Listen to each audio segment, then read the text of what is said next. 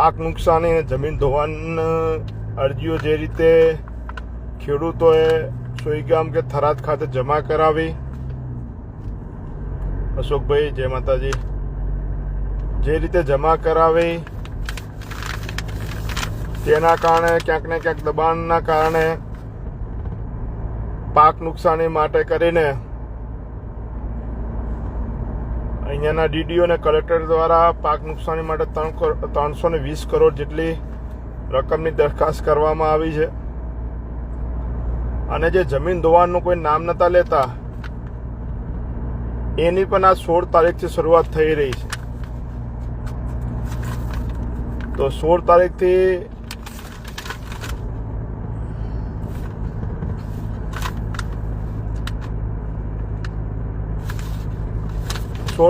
લઈ અને લગભગ 30 તારીખ સુધી, 28 અથવા 30 તારીખ સુધી વાવ હોય, સુઈગામ હોય, થરાદ હોય કે ભાભરના અલગ અલગ ગામડાઓમાં 16 થી 30 સુધી અલગ અલગ ગામડાઓમાં સર્વેની ટીમો આવવાની છે.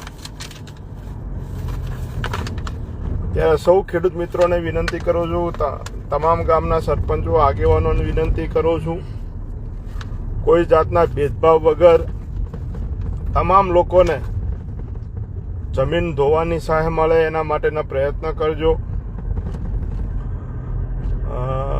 જ્યારે પણ ટીમ આવશે ત્યારે એક રોજકામ પણ થશે. રોજકામ માટે ગામના 5 કે 11 જણના આગેવાનો જે સભ્યોની ટીમ બનાવી છે એમની હાજરીમાં રોજકામ કરવાનું હોય છે. એ રોજકામમાં જે રોજકામ થાય અધિકારીઓ દ્વારા, પંચો દ્વારા, એની એક ફોટો કોપી પણ દરેક ગામમાં લઈ લેવા માટે હું વિનંતી કરું છું. જો જાગૃત ના રહ્યા તો જેના ખેતરમાંથી પાણી નીકળ્યું છે, પ્રવાહ આવ્યો છે, એ રહી જશે. માટે મહેરબાની કરી જે સાચા ખેડૂતોને જેને નુકસાન થયું છે કોઈ રહી ના જાય એના માટેનો સૌ ભેગા થઈને પ્રયત્ન કરજો. આજે લગભગ 40 દિવસ થઈ ગયા છે. 40 દિવસે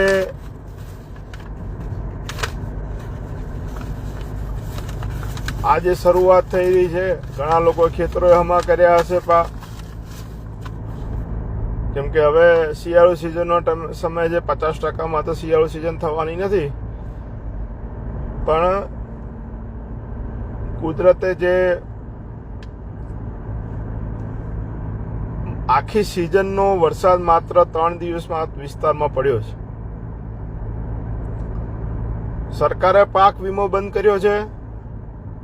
જો પાક વીમો હોત તો આપણું જેટલું પણ ધિરાણ હોત એ બધું માફ થઈ જાય. બાજરી હોય, એરંડા હોય, મગફળીઓ, જે પણ જે વાવેતરો, એનું એક સરકારે ધિરાણનો રેશિયો નક્કી કરેલો છે. બાજરી હોય તો હેક્ટરના કંઈક 70,000 કે 75,000 જેવા છે. એરંડા હોય તો કંઈક 90,000 કે લાખ જેવા છે. અને મગફળી હોય તો 1.25 લાખ જેવા કંઈક સરકાર દ્વારા નક્કી કરવામાં આવેલું છે બનાસ બેંકની અંદર ધિરાણની નીતિ. તો આપણને હેક્ટર દીઠ જો આજે આપણો પાક વીમો હોત તો આપણને 100% જે આપણને નુકસાનીમાં ગણ્યા છે તો જેટલું પણ ધિરાણ સરકારી આપણને મળે તમામ માફ થઈ જાય. પણ સરકારે પાક વીમો બંધ કર્યો તો સરકાર અત્યારે ભગવાન કહેવાય. સરકારને જ આપવાનું છે, બીજું તો વીમા કંપની તો આપવાની નથી, કેમ કે વીમો લેતી નથી. તો સરકાર દ્વારા જે એક ભાઈ કહે છે અમે વાવેતર કરી નાખ્યું, સરકાર દ્વારા જે વીમો બંધ કરવામાં આવે એના લીધે જે પણ નુકસાન છે સરકાર જ આપે, અમે વિનંતી કરીએ છીએ. કેમ કે સરકાર અત્યારના સમયમાં ભગવાન કહેવાય. સરકારે જ જો પાક વીમો બંધ કર્યો છે, સરકાર એનું વળતર આપે, અમે સરકારને વિનંતી કરીએ છીએ. જમીન ધોવાણની અંદર પણ તમે મહારાષ્ટ્ર જાઓ અથવા તો પંજાબ જાઓ તો ત્યાં પાક નુકસાની હોય કે જમીન ધોવાણમાં 3 હેક્ટરની મર્યાદા રાખી છે. તો આ બંને રાજ્ય કરતાં ગુજરાત તો પ્રગતિશીલ, વિકાસશીલ, સમૃદ્ધ રાજ્ય, અને હવે ત્યાં આગળ 2 હેક્ટરની મર્યાદા મૂકવામાં આવી ગઈ છે.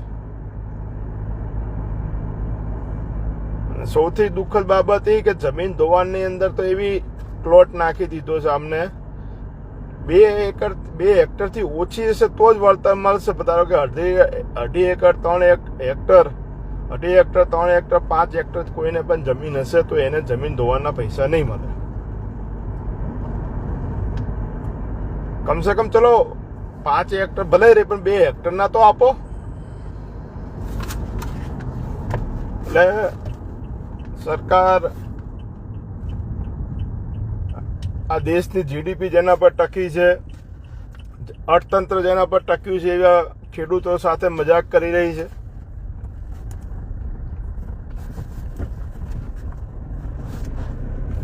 આના આવનારા સમયમાં સૌ આપણે જવાબ પણ આપશું. હાલ આપણે દેખી રહ્યા છે કેટલું વળતર આપે છે. અમરેલીમાં પૂર આવ્યું વાવાઝોડાના લીધે, ત્યારે અમરેલીમાં હેક્ટર દીઠ 50,000 કે 60,000 સહાય ચૂકવવામાં આવી જમીન ધોવાણ માટે. કૃષિ મંત્રી સૌરાષ્ટ્રના છે તો ત્યાં ચૂકવી શકે છે, પણ આ કાંઠાના વિસ્તારની અંદર 18,000 રૂપિયા હેક્ટર દીઠ, જો વધારે નુકસાન હોય તો 18,000 રૂપિયા હેક્ટર દીઠ 2 હેક્ટરના 36,000 ચૂકવવાના છે. એ પણ જો 100% લખીને ગયા તો. આવી પરિસ્થિતિ છે. સૌરાષ્ટ્રની અંદર ખેડૂતોની એકતા, ખેડૂતોની તાકાત અને સૌરાષ્ટ્રના ખેડૂત આગેવાન કે નેતાઓની આફત સમયે જે એકબીજાને મદદ કરવાની નીતિ. અહીંયા તો અમે સરકારને જગાડવા માટે ફોર્મ ભરતા હતા, અરજીઓ કરતા હતા. અરજીઓ એના માટે કરતા હતા કદાચ સરકાર વળતર ના આપે તો કોર્ટમાં જવું પડે તો પણ જઈ શકીએ કે મેં માગણી કરી હતી. પછી એમ કોઈ કહી ના શકે કે ભાઈ ક્યાં કોઈ નુકસાની માટેની વળતરની માંગણી કરી, એના માટે અરજીઓ કરાવી હતી. ત્યારે પણ વિઘ્ન સંતોષી લોકોએ વિડીયો બનાવ્યા. વિઘ્ન સંતોષી લોકોએ જેટલી પૂરમાં મહેનત ના કરી એટલી લોકોએ અરજીઓ ફોર્મ જમા કરાવવા ના આવે એના માટે કરીને અફવાઓ ફેલાવી. જશો તો નહીં આપે વળતર. તેમ છતાં હજારોની સંખ્યામાં થરાદમાં પણ ફોર્મ જમા થયા અને સોઈગામમાં પણ થયા.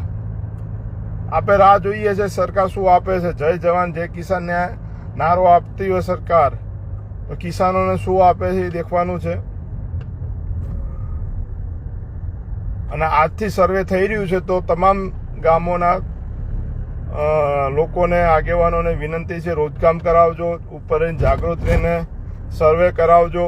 કોઈ બાકી જેમ ઘર વખરીમાં બાકી રહી ગયા, કેસ્ટ્રોલમાં બાકી રહી ગયા, પશુ સહાયમાં બાકી રહી ગયા, એમાં જમીન ધોવાણમાં કોઈ બાકી ના રહી જાય એવો પ્રયત્ન કરજો.